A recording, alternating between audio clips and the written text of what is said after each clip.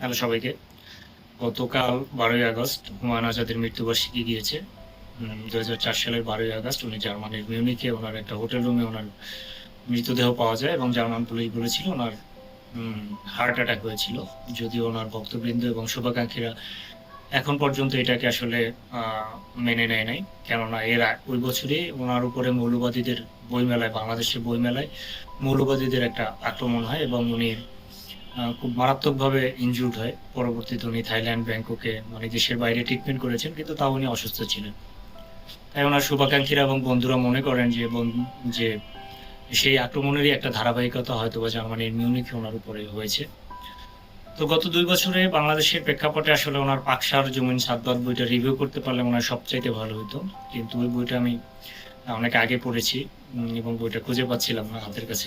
মোটামুটি 2টা বই নিয়ে একটু কথা বলবো। একটা হচ্ছে সবকিছু নষ্টদের অধিকারে যাবে, এটা ওনার একটা কবিতার বই। আমি জাস্ট একটা কবিতাই পড়বো।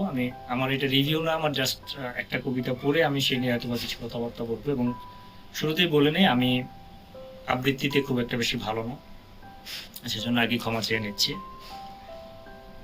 80 দশকের মানুষেরা, এই দশকের মানুষেরা সব গাধা ও গরুর খাদ্য, বিমর্ষ মূলে মাথা থেকে ফরা দোমড়ানো ভাঙাচোরা আত্মা আর অন্ডকোষহীন নৈবর্তিক রেডিমেড জামা পরে শয়তানের বাক্য আর বাজারি বুলিতে ঠান্ডা রাখে দেহ মন।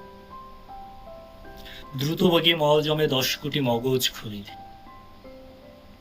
পিছমুখ গাড়ি চড়ে হৃৎপিণ্ড খুঁড়ে ফেলে 2 হাতে ভরে আবর্জনা। রমণী সম্ভ্রস্ত বলে ঘরে বসে মদ্য দিনে স্বহস্তে মেটায় উত্তেজনা।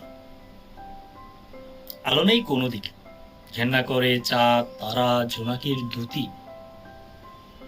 লাউড স্পিকারে গায়ে দিনরাত পুচকে ছিচকে একনায়কের স্তুতি। স্বপ্ন নেই বুকে ও বগলে, কবিতার চেয়ে পদ্ম ভালোবাসে। প্রেমিকাকে ধর্ষকের ঘরে ঠেলে তারা পতিতার ঘরে চলে আসে। চুরি করে ছুরি মারে, হঠাৎ পেছনে ছোড়া গেথে ভাসে ড্রেনে নর্দমা। তারা নায়কের রক্তে হোলি খেলে আর ভিলেনের শোকে মূর্ছা যায়।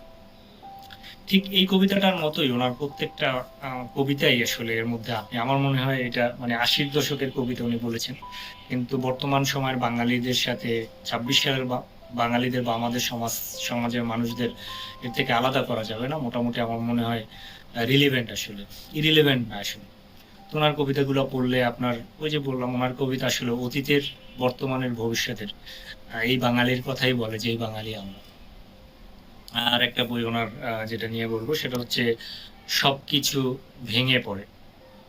এটা একটা উপন্যাস ওনার। এই উপন্যাসটা মূলত এক পুরুষে লেখা, পারস্পরিক সম্পর্কের উপরে উনি উপন্যাসটার প্লটটা তৈরি করেছেন। মানসিকের সাথে যে শারীরিক দিকটা আসলে যুক্ত, এই জিনিসটা আমাদের লেখক সাহিত্যিকরা, আমার মনে হয় বর্তমান সময়ের মানে রিসেন্ট সময়ের যত লেখক সাহিত্যিকরা আছে তারা খুব বেশি একটা জিনিসটাকে আসলে পাত্তা দেন না, আমার এমন মনে হয়। এবং আমরা ওই জিনিসটাকে খুব বেশি একটা গুরুত্বের সহিত দেখি না, যে মনের সাথে শরীরের একটা যোগ আছে, আমরা জানি সবাই, কিন্তু এই জিনিসটাকে আমরা লজিক্যালি আসলে থিঙ্ক করতে পারি না। তো সেই জায়গা থেকে উনি সমাজ বাস্তবতার কিছু নির্মম সত্য তুলে ধরেছেন। এবং হুমায়ুন আজাদের ক্ষেত্রে আমি বলবো ওনার সবচেয়ে বড় দিকটাই হচ্ছে এটা, যে উনি নির্মম সত্যগুলো এত নির্মমভাবে বলেন বা বলেছেন ওনার বইতে, যে আমরা আসলে জিনিসগুলো আসলে নিতে পারি না। এবং ওনার বইয়ের ক্ষেত্রে একটা জিনিস অনেক সমালোচনা অনেকের কাছ থেকে আমি শুনি, সেটা হচ্ছে যে উনি অশ্লীল লেখক। আসলে কি অশ্লীলতা, আমরা অশ্লীলতাকে কিভাবে সংজ্ঞায়িত করবো সেটাও একটা দেখার বিষয়। আমাদের জীবদ্দশাটা খুব ছোট, আমরা খুব বেশি বই পড়ার আসলে এই ছোট জীবনে সুযোগ পাবো না। সেক্ষেত্রে এমন বই পড়া উচিত যে বইগুলো আমাকে ভাবতে বাধ্য করে, আমি একটু আমার মস্তিষ্কের মধ্যে ভাবনার তৈরি করে, যে লেখক এই কথাটা কেন বললো, আমাকে তার কথাটা মেনে নিতেই হবে এমন না।